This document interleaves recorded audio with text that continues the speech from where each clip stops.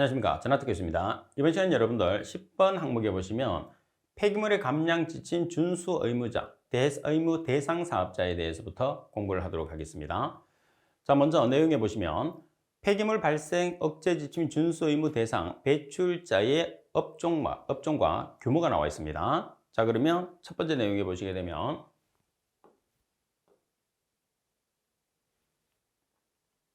업종이 먼저 나와 있어요. 자, 업종 같은 경우에서는 한국표준산업분류 중에서 중분류 업종 중에서 해당하는 업종을 지금 나와 있는 거죠. 시험에서는 당연히 폐기물 발생 억제 지침 준수 의무 대상 배출자의 업종 및 업종에 해당하지 않는 것을 찾으시오, 이렇게 문제가 나와요. 그래서 시험에서 출제는 되는데 출제 빈도가 그렇게 높지는 않습니다. 왜 그러냐면 지금 여기서는 우리가 공부를 해야 되는 게 업종하고 규모 두 가지거든요. 근데 규모가 상당히 시험에서 자주 나와요. 그래서 두 가지, 동일한 파트에서 계속 시험에서 출제를 하기가 힘들거든요. 그러니까 아무래도 규모는 자주 출제되는 반면에 업종은 자주 출제되지는 않는다. 그래서 업종을 한번 살펴보겠습니다. 자, 1번에 보면 식료품 제조업, 2번에 음료 제조업, 3번에 섬유 제품 제조업. 여기서는 의복은 제외를 시킵니다. 그래서 제외 포함을 여러분들이 잘 기억을 해야 돼요. 그리고 의복이나 의복 액세서리 및 모피 제조 제조업, 코크스, 그리고 연탄 및 석유 정제품 제조업, 화학물질 및 화학제품 제조업, 여기에서는 의약품을 제외합니다. 그리고 의료용 물질 및 의약품 제조업, 그리고 고무 제품 및 플라스틱 제품 제조업, 그리고 비금속 광물 제품 제조업, 1차 금속 제조업, 그리고 금속 가공 제품 제조업, 여기서 기계 및 가구는 제외합니다. 그리고 기타 기계 및 장비 제조업, 전기 장비 제조업, 전자부품 컴퓨터, 영상, 음량 및 통신 장비 제조업, 그리고 의료, 정밀, 광학기기 및 시계 제조업, 자동차 및 트레일러 제조업, 기타 운송 장비 제조업, 전기, 가스, 전기 및 공기 조절 공급업이 해당하는 거죠. 그래서 여러 가지가 있는데 이 자체를 여러분들이 굳이 암기하려고 생각할 필요는 없어요. 왜? 말씀드린 것처럼 출제 빈도가 조금 아주 많이 낮다고 그랬잖아요. 그래서 되도록 우리가 공부를 했을 때는 출제 빈도가 높은 내용 위주로 공부를 하시는 것이 중요합니다. 자, 그러면 출제 유형을 보기 위해서 문제를 한번 보겠습니다. 자, 문제 8번에 보시면 폐기물 발생 억제 지침 준수 의무 대상 배출자의 업종으로 가장 틀린 것을 찾으시오 그랬어요. 업종을 묻는 거죠. 자, 가번 금속 가공 제품 제조, 기계 및 가구를 제외합니다. 답번에 전기 가습, 답번에 제1차 금속 제조, 라번 봉제, 의복 제품 제조. 여기서 해당하지 않는 것은 라번이 되겠죠. 자, 그리고 여러분들 시험에서 이제 상당히 자주 출제되고 거의 매회 출제되는 게 지금 규모입니다, 규모. 그래서 규모는 여러분들이 반드시 숙지를 해야 돼요. 엄청나게 중요합니다. 그럼 이제 두 가지로 나타냈어요. 어떤 경우냐면, 자, 여기서 지정 폐기물과 지정 폐기물 외의 폐기물입니다. 그럼 여러분들이 기억했을 때는 지정 폐기물이 아니면 일반 폐기물이죠. 그래서 지정 폐기물과 일반 폐기물 두 가지로 나타내는데 법률상에서는 지정 폐기물 외의 폐기물이에요. 지정 폐기물 외의 폐기물이 일반 폐기물이 되는 겁니다. 아시겠죠? 그래서 여러분들이 두 가지. 그러면 우리가 배출량을 기준을 하는데 배출량은 연평균 기준량이에요. 그래서 연평균 배출량을 기준하는데 몇 년을 기준하느냐면 최근 3년입니다. 최근 3년. 그래서 최근 3년간의 연평균 배출량을 기준을 해요. 이 규모를 나타냈을 때. 자, 그리고 지정 폐기물인 경우에서는 100톤 이상. 지정 폐기물 외의 폐기물은 1,000톤 이상. 그래서 잘 기억을 해야 됩니다. 지정 폐기물은 100톤 이상, 지정 폐기물 외의 폐기물은 1,000톤 이상. 그래서 여러분들이 기억을 조금 쉽게 하기 위해서 지정 폐기물은 100톤 이상, 일반 폐기물은 1,000톤 이상. 일반 폐기물이 지정 폐기물 외의 폐기물이라고 생각하시면 되잖아요. 그죠? 자, 그 다음에 우리가 기준을 잡았을 때는 최근 3년간 연평균 배출량을 기준해요. 그래서 3년간 지정 폐기물은 100톤 이상. 그리고 지정 폐기물 외의 폐기물, 다시 말해서 일반 폐기물은 1,000톤 이상. 이렇게 두 가지로 꼭 기억을 해서 여러분들이 시험 문제를 맞춰야 돼요. 아주 중요한 내용입니다. 자, 그럼 문제를 보겠습니다. 문제 9번에 보시면 폐기물 발생 억제 지침 준수 의무 대상 배출자의 규모 기준으로 알맞은 것은 일단은 몇 년을 기준했느냐? 최근 3년간. 자, 4개 다 전부 다 최근 3년간입니다. 자, 그리고 지정 폐기물이냐? 아니면 지정 폐기물 외의 폐기물이냐를 보겠습니다. 2개는 지정 폐기물, 2개는 지정 폐기물 외의 폐기물이에요. 자, 그리고 지정 폐기물은 100톤 이상, 그리고 지정 폐기물 외의 폐기물은 1000톤 이상. 자, 그러면 지정 폐기물은 100톤 이상이 나왔어요. 그리고 지정 폐기물 외의 폐기물은 1000톤 이상이니까 없죠. 따라서 정답은 나번이 되는 거죠. 그래서 여러분들이 답을 찾아가는 과정에서는 무작정 내가 답을 알고 있는 걸 한 개를 찾는 게 아니고 4개의 보기에서 답이 아닌 것을 일단은 지우세요. 답이 아닌 것을 지우면 마지막 남는 것이 정답이 되는 거죠. 그런 경우 그렇게 답을 찾아야지 여러분들이 실수를 최소로 줄일 수가 있습니다. 중요한 문제입니다. 자, 그리고 여러분들 계속해서 11번 항목에 보면 폐기물 처리업에 대해서 공부를 하도록 하겠습니다. 자, 여러분들 폐기물 처리업이에요. 1번에 보시면 적합 통보를 받은 자가 그 적합 통보를 받은 사업 계획에 따라서 시설, 장비 및 기술 인력 등의 요건을 갖추어서 허가를 신청하는 기간입니다. 따라서 허가 신청 기간이 얼마인지를 한번 살펴보겠습니다. 적합 통보를 받은 자는 그 통보를 받은 날로부터 몇 년 이내에 우리가 허가를 신청을 해야 되느냐? 2년 이내입니다. 적합 통보를 받으면 2년 이내에 허가 신청을 해야 되고, 그리고 2번째, 폐기물을 수집해서 재활용 또는 처분 장소로 운반하거나 폐기물을 수출하기 위해서 수집 운반하는 영업에 따른 폐기물의 수집, 운반업인 경우에서는 6개월 이내에 우리가 허가 신청을 해야 됩니다. 그리고 3번, 폐기물 처리 업중에서 소각시설과 매립시설의 설치가 필요한 경우, 자, 소각시설과 매립시설은 3년 이내, 그리고 업종이나 업종 대상 폐기물 및 처리 분야별로 지정 폐기물인 경우에서는 환경부 장관의 허가가 있어야 돼요. 그러니까 일수가 없으니까 크게 신경 쓸 필요가 없어요. 자, 그리고 5번에 보시면 4번에 밖에 폐기물을 대상하는 경우, 그러니까 4번 여기서는 4번이 나타내고 있는 것은 뭐예요? 지정 폐기물이에요. 그래서 지정 폐기물을 제외한 나머지는 시도지사의 허가를 받아야 되고, 지정 폐기물 같은 경우에서는 유해성이 크잖아요. 그래서 환경부 장관의 허가를 받아야 되는 거죠. 따라서 우리가 기억을 해야 되는 것은 1번, 2번, 3번이에요. 자, 적합 통보를 받았어. 그럼 적합 통보를 받은 경우에서는 2년 이내. 자, 그리고 폐기물의 수집, 운반업인 경우에서는 6개월 이내. 그리고 소각과 매립시설인 경우에서는 3년 이내 허가 신청을 해야 된다. 이렇게 여러분들이 정리를 해 놓으시면 되겠죠. 자, 그리고 여러분들 문제를 한번 보겠습니다. 자, 문제를 보시게 되면 다음은 폐기물 처리업, 수주 운반 또는 처리 허가에 관한 내용이다. 갈로 안에 들어갈 내용으로 알맞은 것은 단 지정 폐기물은 제외하며 연장은 고려하지 않는다. 폐기물 처리 사업 계획서가 적합하다고 통보를 받은 자는 그 통보를 받은 날로부터 갈로 이내에 환경부령으로 정하는 기준에 따른 시설, 장비 및 기술 능력을 갖추어서 업종별로 시도지사의 허가를 받아야 한다고 그랬어요. 자, 그럼 여기에서는 여러분들이 적합 판정을 받은 경우에, 그죠? 자, 그러면 적합 판정을 받은 경우에서는 기간이 얼마가 되는 거죠? 기간이 2년. 자, 그럼 여기에서 수집이나 운반업 같은 경우에서는 6개월. 그리고 소각시설이나 매립시설은 얼마가 되는 거죠? 3년이 되는 거죠.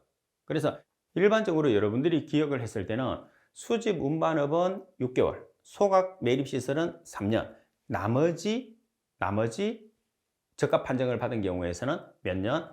2년이라는 거죠. 그래서 기본적으로 우리가 2년이라는 것을 기억을 한 다음에 2년이 아닌 경우를 2가지로 잡아놓은 거죠. 수집 운반업하고 소각시설과 매립시설.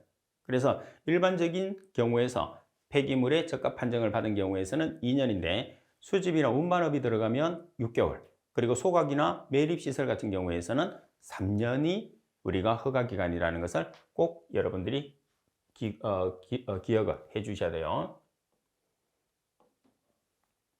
자, 그리고 여러분들 2번째 보시면 폐기물 처리업의 업종 구분과 영업 내용이 있어요. 자, 이 내용 같은 경우에서는 여러분들 시험에서 출제 빈도가 아주 높아요. 그러니까 반드시 여러분들이 기억을 해야 됩니다. 자, 일단 여기에서 여러분들이 업종을 구별을 해야 돼. 어떤 업종이 있는지. 자, 그리고 영업 내용, 어떤 영업을 하는지 설명이 되어 있는 내용이죠. 그래서 실제로 여러분들 시험상에서는 다음 중에서 폐기물 처리업의 업종 구분으로 잘못된 것을 찾으시오 이렇게 나와요. 그러면 업종 구분이라는 것은 1번에서 7번까지 지금 여러분들 파란색으로 보이는 화면에서 파란색으로 보이는 제목들이 업종 구분이 되는 거예요.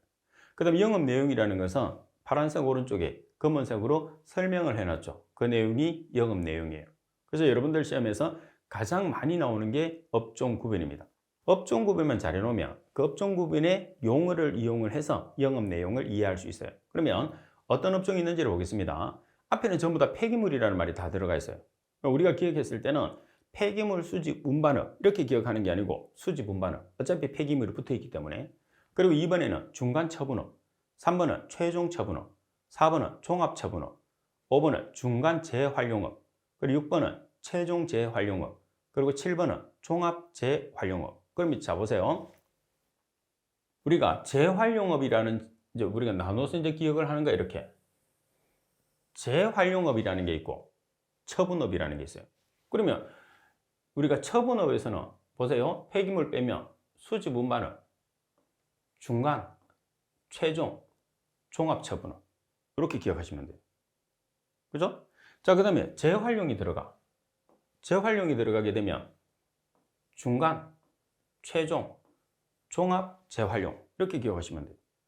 그럼 상당히 간단하죠. 근데 여기 보면 중간, 최종, 종합은 처리업에도 들어가고 재활용에도 들어가요. 그죠? 그러면 별도로 처리업에 별도로만 들어가는 게 뭐냐면 수집 운반은 하나밖에 없어요. 그래서 여러분들이 처분업과 재활용업 두 가지로 나눈 다음에 공통으로 들어가는 것은 중간, 최종, 종합. 얘들은 처분과 재활용업에 공통으로 들어가는 거죠. 그 다음 처분업에 들어가는 것은 폐기물, 수집 운반업. 실제로는 수집 운반을 하는 것은 처분이 아니니까 그냥 별도로 1번을 우리가 1번을 별도로 나타냅시다. 그냥. 자, 이렇게. 그럼 우리가 업종 구별을 세 가지를 할 수 있는데 수집 운반업, 그리고 처분업, 그리고 재활용업 이렇게 세 가지로 나타낸다고 규정을 해서 폐기물 수집 운반업은 그냥 수집 운반 한 개, 그 다음에 중간, 최종, 종합은 처분업에도 있고 재활용업에도 있고. 그럼 여러분들이 구별을 하실 수가 있어요. 그죠? 자, 그럼 내용을 한번 보겠습니다. 자, 내용을 보면 폐기물의 수집 운반업이라는 게 뭐냐? 폐기물을 수집을 해야 돼요. 자, 폐기물을 수집을 해서 재활용 또는 처분 장소로 어때요? 운반을 합니다. 그리고 폐기물을 수출하기 위해서 수집 운반을 해요. 그럼 내용에 들어가는 거 보면 전부 다 뭐가 들어가죠? 폐기물을 수집을 해서 어떤 장소로 옮겨야 되잖아요. 그럼 옮기는 것을 뭐라고 그래요? 운반이라고 그래요. 그래서 수집이나 운반이라는 말이 들어가기 때문에 수집 운반업이에요. 그래서 우리가 분류했을 때는 세 가지로 분류를 하자고 그랬으니까 수집 운반업 한 개. 그럼 이제 처분업을 한번 보겠습니다. 처분업이라는 것은 말 그대로 처분하는 시설을 처분업이라고 그래요. 그죠? 자, 중간 처분업을 보시면 폐기물 중간 처분 시설을 갖춰야 돼요. 중간 처분이니까 중간 처분 시설을 갖춰야 됩니다. 그리고 폐기물을 소각 처분, 기계적 처분, 화학적 처분, 생물학적 처분, 그 밖에 환경부 장관이 폐기물을 안전하게 중간 처분할 수 있다고 인정해서 고시하는 방법으로 중간 처분하는 영업이에요. 그러면 우리가 폐기물 개론을 공부를 하면서 부피를 줄이기 위해서 전 단계에서 처리하는 것을 중간 처리업이라고 그랬잖아요. 그래서 중간 처분 시설이 갖추고 있기 때문에 중간 처분업이에요. 그럼 여기서 중간 처분 시설이라는 것은 뭐냐면 소각, 그리고 기계적 처분, 화학적 처분, 그리고 생물학적 처분, 얘들이 전부 다 부피를 줄이기 위한 중간 처분이 되거든요. 그래서 이런 중간 처분의 시설을 갖추고 영업하는 것을 중간 처분업 말 그대로. 자, 그 다음에 이제 최종 처분업이 있어요. 최종 처분업이라는 것은 최종 처분 시설을 갖춰야 돼요. 당연히. 중간 처분 시설은 중간 처분 시설을 갖춰야 되고, 그리고 최종 처분업은 최종 처분 시설을 갖춰야 된단 말이에요. 최종 처분 시설을 갖추고 폐기물을 매립을 합니다. 최종 처분이라는 게 매립이죠. 대신에 해양 배출은 제외한다는 문구를 기억을 해야 돼요. 따라서 매립 등의 방법으로 최종 처분하는 영업을 이야기합니다. 그래서 최종 처분업이니까 시설은 최종 처분 시설을 갖춰야 돼요. 그리고 우리가 최종 처분의 마지막 단계가 뭐라고 그랬죠? 매립이라고 그랬어요. 매립. 그래서 매립의 방법으로 최종 처분하는. 그러면 말씀드린 것처럼 여기서 해역 배출을 설명에 나왔을 때 포함한다 이렇게 나오면 틀리는 거죠. 따라서 해역 배출은 제외한다는 말이 여기서는 핵심이 돼요. 자, 이제 네 번째, 폐기물의 종합 처분업이에요. 자, 종합 처분이라는 것은 중간 처분업과 최종 처분업을 어때요? 합쳐 놓은 거예요. 종합적으로 하니까. 그래서 시설은 중간 처분 시설, 그리고 최종 처분 시설을 갖추어야 돼요. 자, 그리고 폐기물의 중간 처분과 최종 처분을 함께 하는 영업을 우리가 뭐라고 그랬냐면 종합 처분이라고 그래요.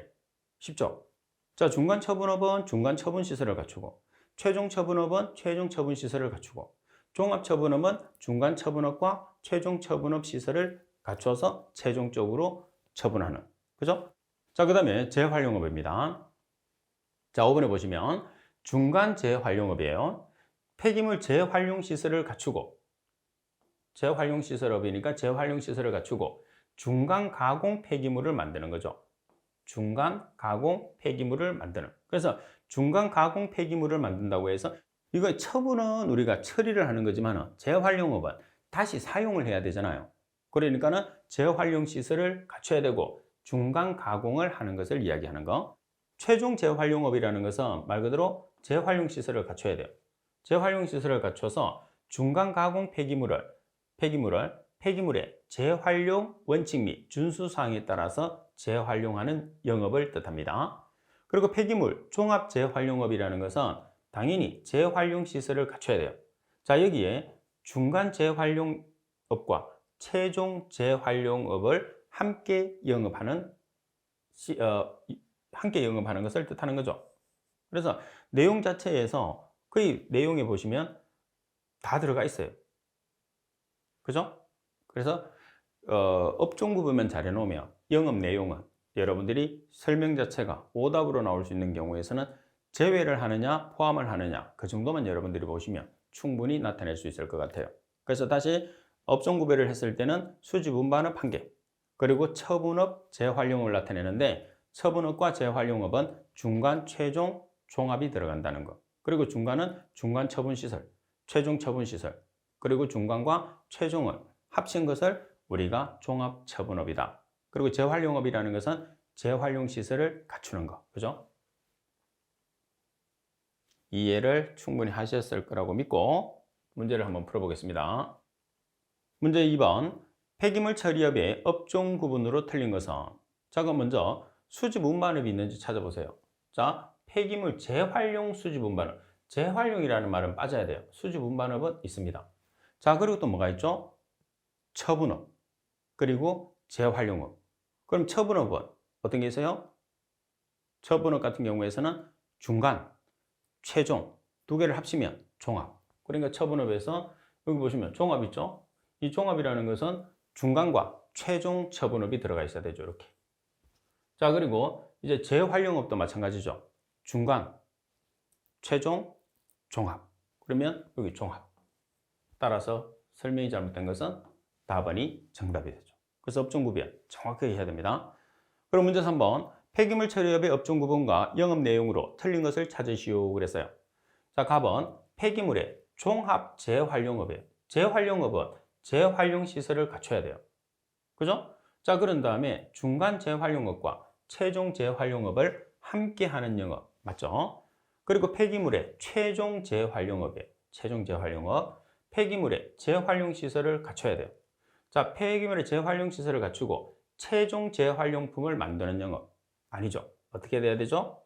지금 최종 재활용업의 내용이 조금 헷갈릴 수 있는데 재활용 시설을 갖추고 중간 가공 폐기물의 재활용 원칙 및 준수 사항에 따라서 재활용하는 영업이 뭐가 되는 거죠? 최종 재활용업이 되는 거예요. 내용을 특히 조심을 좀 해야 됩니다. 다음에 폐기물 중간 재활용업이에요. 자, 중간 재활용업이라는 것은 재활용 시설을 갖추고 중간 가공 폐기물을 만드는 영업. 다음에 폐기물 수집 운반업이에요.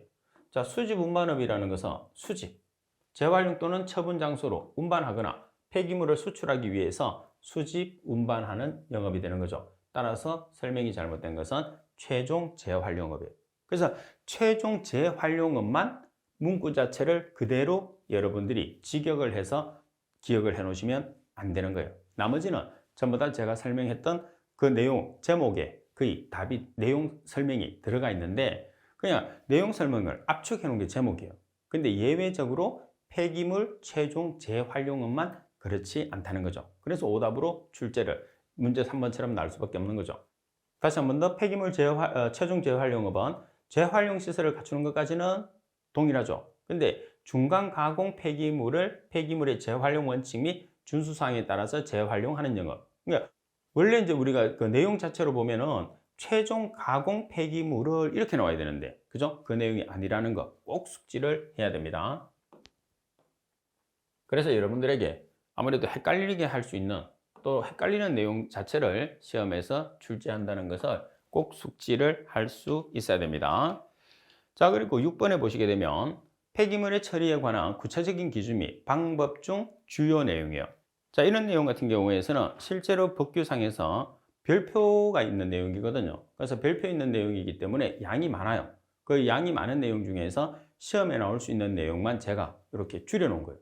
그래서 공부를 했을 때도 이 내용 중에서도 시험에 주로 나올 수 있는 내용을 줄여서 설명을 드리도록 하겠습니다. 폐기물 처리에 관한 구체적인 기준 및 방법에서 1번에 지정 폐기물입니다. 자, 지정 폐기물인데 의료 폐기물은 제외해요. 그래서 제목상으로 보면 지정 폐기물은 지정 폐기물인데 의료 폐기물은 제외한 폐기물을 이제 의료 폐기물을 제외한 지정 폐기물을 뜻합니다. 그럼 첫 번째, 우리가 지정 폐기물이 있으면 수집 운반을 해야 되잖아요. 그래서 수집 운반에 대한 기준과 방법에 대한 설명입니다. 자, 먼저 1번에 보시면 분진이나 폐농약, 폐성면 중에서 작은 알갱이 상태의 것은 흩날리지 아니하도록 폴리에틸렌이나 그 밖에 이와 비슷한 재질의 포대를 사용을 해야 된다는 거. 그리고 액체 상태의 지정 폐기물을 수집 운반하는 경우에서는 흘러나올 우려가 없는 전용 탱크나 용기, 파이프 또는 이와 비슷한 설비를 사용하고 혼합이나 유동으로 생기는 위험이 없도록 해야 되고, 자, 그리고 3번에 보시게 되면 자, 3번 내용에 보시게 되면 지정 폐기물의 수집 운반 차량입니다. 자, 지정 폐기물의 수집 운반 차량의 차체입니다. 차체. 차 외면을 뜻하는 거죠. 자, 차체는 노란색으로 색칠을 해야 됩니다. 자, 노란색으로 색칠하고 다만 임시로 사용하는 운반 차량의 경우에서는 그러잖아요. 그래서 먼저 우리가 기억을 해야 되는 것은 지정 폐기물을 수집, 운반하는 차량의 차체는 노란색으로 색칠한다. 그래서 여러분들이 지나가다가 우리가 이제 탱크로리처럼 생겼는데 노란색으로 색칠해 놓은 게 있어요. 그러면 저 차들은 지정 폐기물을 수집, 운반하는 차량이구나 이렇게 생각하시면 돼요.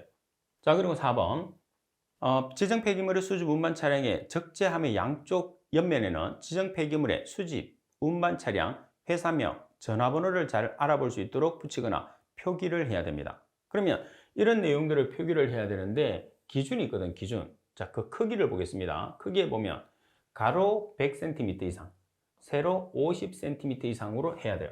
자, 그런 다음에 검은색 글씨로 우리가 글씨를 써야 되겠죠? 따라서 붙이거나 표기하되 폐기물 수집 운반증을 발급하는 기관의 장이 인정하면 차량의 크기에 따라서 붙이거나 표기하는 크기를 조정을 할 수 있어요. 근데 특별한 조건이 없는 한, 사유가 없는 한 우리가 크기는 가로 100cm 이상, 세로 50cm 이상의 검은색 글자로 표기를 해야 된다는 거죠. 자, 어떤 내용을 표기를 해야 된다고 되어 있어요? 자, 지정 폐기물의 양쪽 옆면입니다. 그래서 지정 폐기물의 수집, 운반 차량, 그리고 회사명, 그리고 전화번호를 검은색 글씨를 이용을 해서 가로 100cm 이상, 세로 50cm 이상의 크기로 여러분들이 적어 놔야 된다는 그런 뜻입니다. 그래서 지금 여기서 여러분들이 기억을 해야 되는 것은 3번과 4번 두 가지는 여러분들이 반드시 숙지를 해 주셔야 돼요. 자, 문제 4번에 보면 지정 폐기물, 의료 폐기물을 제외합니다. 수집 운반 차량의 적재함의 양쪽 옆면에 회사명, 전화번호 등을 표기하는 글자의 색상은, 자, 글자의 색상은 어떤 색으로 표기하죠? 검은색으로 표현하니까 나번이 정답이고, 그리고 규모는 가로 100cm 이상, 세로 50cm 이상. 그죠? 자, 그리고 뭐가 들어가죠? 지정 폐기물의 수집 운반 차량, 회사명, 전화번호가 들어가는 거죠. 자, 그리고 운반 차량의 차체는 무슨 색? 노란색입니다. 잘 기억을 할 수 있도록 하십시오. 자, 그리고 나번에 보관의 경우입니다. 보관의 경우. 자, 보관은 어떻게 하느냐면, 자, 여기서는 여러분들 3번으로 바로 넘어가겠습니다. 1번, 2번은 하지 않으셔도 돼요. 지정 폐기물의 보관 창고에는 보관 중인 지정 폐기물의 종류나 보관 가능 용량, 취급 시 주의사항, 관리 책임자 등을 적어서 넣은 표지판을 다음과 같이 설치를 해야 됩니다. 자, 가번. 보관 창고에는 표지판을 사람이 쉽게 볼 수 있는 위치에 설치를 해야 됩니다. 자, 표지판을 사람이 쉽게 볼 수 있게끔, 다시 말해서 우리가 들어가자마자 바로 인식할 수 있게끔, 그래야지 여러분들 어떤 내용이 있는지를 살펴볼 수 있잖아요. 그죠? 자, 그리고 규격을 보시면 표지의 규격은 가로 60cm 이상, 그리고 세로 40cm 이상으로 우리가 표기를 해야 돼요. 자, 그리고 드럼 등의 소형 용기에 붙이는 경우가 있거든요.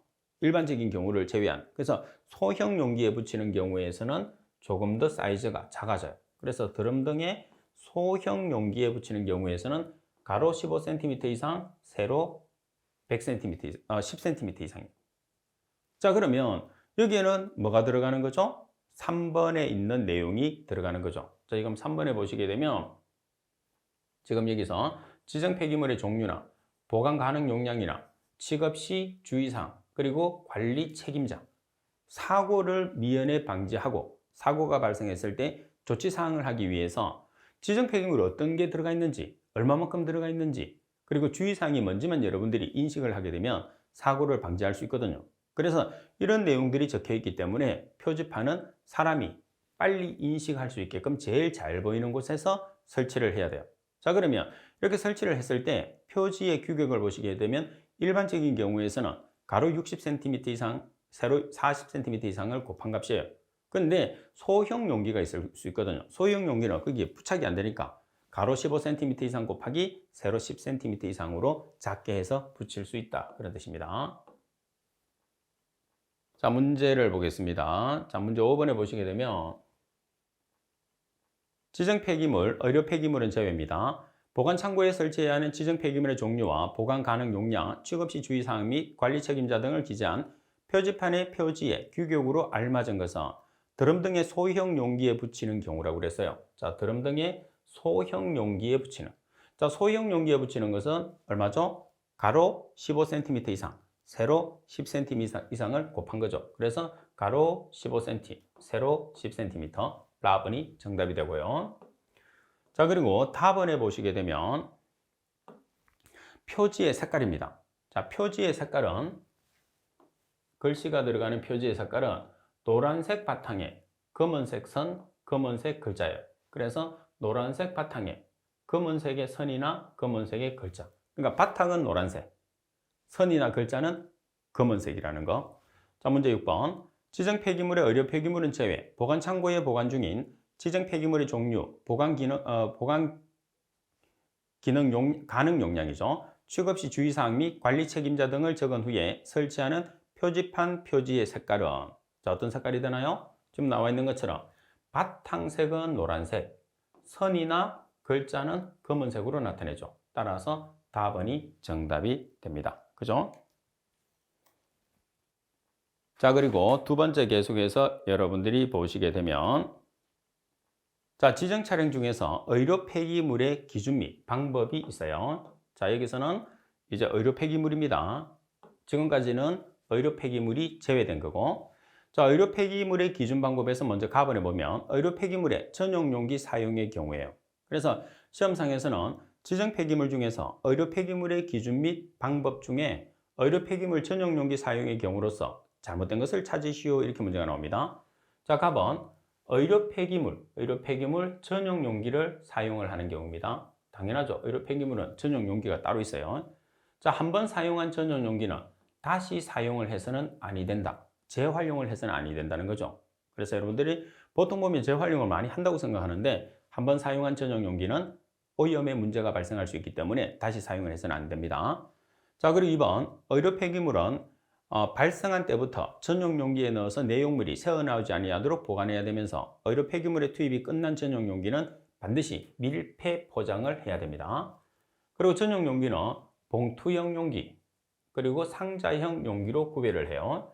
자, 그리고 일반적으로 봉투형 용기의 재질로서는 합성 수지류, 그리고 상자용 용기의 재질로서는 골판지, 그리고 합성 수지류를 사용을 한다는 것을 여러분들이 기억을 해야 돼요. 그러니까 봉투형이나 상자형 용기를 사용하는데 봉투형과 상자형의 용기가 서로 달라요. 봉투형은 합성 수지류, 상자형은 골판지류나 합성 수지류. 여러분들이 두 가지 꼭 기억해야 돼요. 자, 그리고 의료 폐기물의 종류별로 사용하는 전용 용기는 다음의 구별을 따른다고 그랬어요. 자, 격리 의료 폐기물이나 위해 의료 폐기물 중에서 조직물류 폐기물, 손상성 폐기물, 액체 상태의 폐기물은 합성 수지류 상자에 보관을 하고, 그 밖의 의료 폐기물은 봉투형 용기나 골판지류 상자형의 용기에 우리가 보관하시면 돼요. 자, 그리고 봉투형 용기는, 자, 봉투형 용기에는 그 용량의 몇 퍼센트 미만으로 의료 폐기물을 넣어야 되느냐 하면 이상이 아니야. 미만인데 75% 미만. 75% 이상이라고 나와서 오답을 많이 만들어내거든요. 그래서 너무 많이 넣으면 안 돼요. 충분한 여유를 가져야 된다는 소리겠죠. 그래서 용량의 75% 미만 잘 기억해야 됩니다. 중요한 문구예요. 자, 그리고 문제 7번을 보겠습니다. 폐기물의 처리에 관한 구체적인 기준 및 방법에 관한 내용 중에서 지정 폐기물인 의료 폐기물의 전용 용기 사용의 경우에 봉투형 용기는 그 용량의 몇 퍼센트 미만이냐? 봉투형 용기는 그 용량의 몇 퍼센트 미만? 75% 미만이 되니까 가번이 정답이 되는 거죠. 자, 그리고 6번 내용을 계속해서 보겠습니다. 의료 폐기물을 넣은 봉투형 용기를 이동했을 때 반드시 뚜껑이 있고 견고한 전용 문방구를 사용해야 되고, 사용한 전용 문방구는 약물 소독의 방법으로 소독을 합니다. 자, 소독은 약물 소독.